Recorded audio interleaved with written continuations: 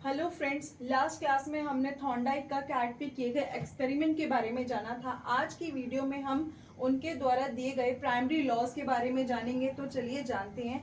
उनके द्वारा दिया गया फर्स्ट लॉ है लॉ ऑफ रेडीनेस यानी कि तत्परता का नियम। सेकंड लॉ है लॉ ऑफ इफेक्ट यानी कि प्रभाव का नियम। एंड थर्ड है लॉ ऑफ एक्सरसाइज यानी कि अभ्यास का नियम। अब सबसे पहले हम जानते हैं लॉ ऑफ रेडीनेस यानी कि किसी कार्य को करने के लिए तत्पर होना, तैयार होना। अब जो ये नियम है लॉ ऑफ रेडीनेस, ये हमें ये बताता है कि ऐसी कौन कौन सी सिचुएशंस होती है जिसमें कोई भी व्यक्ति किसी भी काम को करने के लिए तत्पर होता है, तैयार होता है। ऐसी कौन सी सिचुएशन होती है जिसमें किसी भी काम के लिए वह बच्चा किसी भी काम के लिए उसमें खीज उत्पन्न होती है। तो देखिए, अगर आप बच्चे को वही काम करने के लिए दो जिस काम को वह करना चाहता है, ठीक है। अगर फर्स्ट नंबर पे अगर आप बच्चे को वही काम करने के लिए दे रहे हो जिस काम को वह करना चाहता है, तो क्या होगा, उसमें उसके लिए इंटरेस्ट डेवलप होगा, वो उस चीज को जल्दी जल्दी सीखेगा। जैसे कि आप एक्टिविटी मेथड्स के थ्रू किसी बच्चे को कुछ सिखाना चाहते हैं, बच्चे को एक्टिविटी करना बहुत पसंद है, तो क्या होगा, वो उसमें इंटरेस्ट लेगा और उस काम को जल्दी जल्दी सीखेगा। अब सेकंड नंबर पर आता है, बच्चा कोई काम करना चाहता है लेकिन आप उसे ना करने दो। जैसे कि मान लीजिए बच्चा खेलना चाहता है और आप उसे खेलने नहीं देते हो, तो क्या होगा, उसमें उसके लिए क्या होगा, खीज उत्पन्न होगी, क्योंकि वो। थर्ड नंबर पर आता है कि बच्चा काम नहीं करना चाहता और उससे वह काम जबरदस्ती करवाया जाता है। अगर आप बच्चा कोई कार्य नहीं करना चाहता है और आप उससे वही काम करवाते हो, तो उसमें उसके लिए कोई इंटरेस्ट डेवलप नहीं होता, बल्कि उसमें खीज उत्पन्न होती है। अब हमने 3 सिचुएशंस जानी। जैसे कि फर्स्ट है, अगर हम बच्चे को वही काम करने को दें जिसमें बच्चे का इंटरेस्ट हो।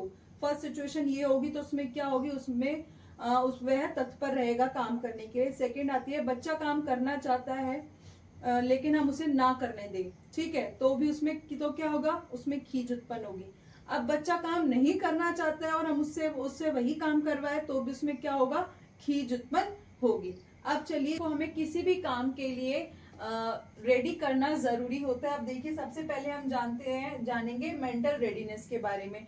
हम बच्चे को कुछ भी सिखाना चाहे तो वो बच्चे के मेंटल लेवल के अकॉर्डिंग होना चाहिए। अगर वो बच्चे के मेंटल लेवल के अकॉर्डिंग होगा तो बच्चा उसमें इंटरेस्ट लेगा और उस काम को जल्दी जल्दी सीखेगा। हम क्या कर सकते हैं, जो भी हम मेथड्स का यूज करें वो उसके मेंटल लेवल के अकॉर्डिंग होना चाहिए। जो भी हम टॉपिक पढ़ा रहे हैं वो उसकी एज के अकॉर्डिंग होना चाहिए। हमें ज्यादा से ज्यादा बच्चों को इन्वॉल्व करना चाहिए, यानी कि जैसे कि ग्रुप डिस्कशन हम करवा सकते हैं, तो क्या होगा, ज्यादा बच्चों का इन्वॉल्वमेंट ज्यादा होगा। और क्या कर सकते हैं, हम ऐसा ही ना हो कि सिर्फ हम अपनी ही बातें रख रहे हो, हमें उन्हें भी अपनी बात रखने का मौका देना चाहिए, जिससे क्या होगा, बच्चों का इंटरेस्ट डेवलप होगा और वो उस काम को सीखना चाहेंगे। अब फिजिकली रेडी होना भी जरूरी है। अब जैसे मान लीजिए अगर बच्चा बहुत ज्यादा थका हुआ है, तो हम चाहे लाख कोशिश कर लें बच्चे को पढ़ सिखाने की, हम उसे नहीं सिखा सकते क्योंकि वो अभी रेडी नहीं है। अगर बच्चा थका हुआ है तो हम उसे कितनी कोशिश कर ले कि वो इंटरेस्ट ले, वो नहीं ले पाएगा। तो हम बच्चों को थोड़ी देर के लिए रेस्ट करने, जैसे कि हम उन्हें कह सकते हैं कि आप बेटा थोड़ी देर हेड डाउन कर लो, ताकि वो थोड़ा सा फ्रेश फील करे। अगर बच्चा भूखा है और हम उसे पढ़ाएं तो उसका मन बिल्कुल भी पढ़ाई रेडी कर सकते हैं। उसके पास पढ़ने के लिए सारे मटेरियल्स होने चाहिए, बुक्स होनी चाहिए जिनका वो यूज कर सके पढ़ाई में, ताकि उसका ध्यान पढ़ाई में लग सके। अगर इमोशनली रेडी होना भी बच्चे का बहुत जरूरी है। अब हम जानेंगे लॉ ऑफ इफेक्ट के बारे में, यानी कि प्रभाव का नियम। तो कोई भी बच्चा जो होता है वो प्रभाव के नियम यानी कि लॉ ऑफ इफेक्ट के अकॉर्डिंग सीखता है।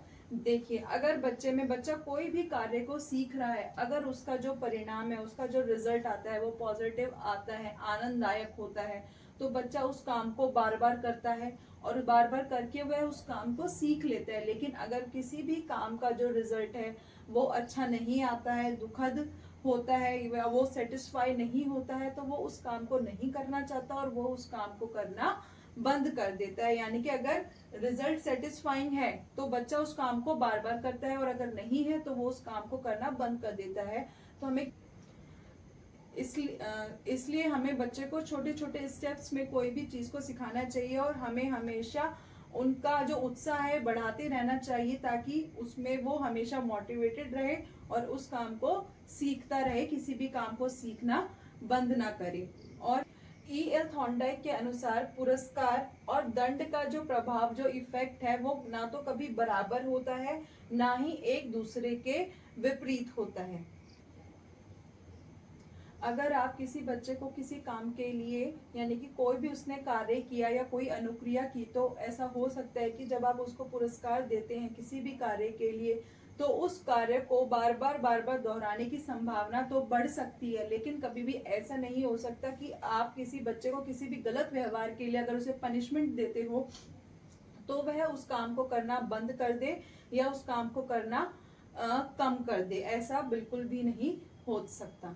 यानी कि हमें इससे ये पता चलता है कि हमें जो कक्षा का वातावरण है, हमें हमेशा उसे खुशनुमा रखना है, उसमें हमें दंड का प्रयोग बिल्कुल भी नहीं करना है, क्योंकि दंड देने से हम किसी भी गलत व्यवहार को खत्म नहीं करते रहना। लॉ ऑफ एक्सरसाइज यानी कि अभ्यास का नियम। आप जितना ज्यादा अभ्यास करते जाएंगे, किसी चीज को जितनी ज्यादा बार आप दोहराते जाएंगे, तो क्या होगा, आपकी मिस्टेक्स कम होती जाएगी और आप उतना ही अच्छा उस पार्ट को सीखते जाओगे।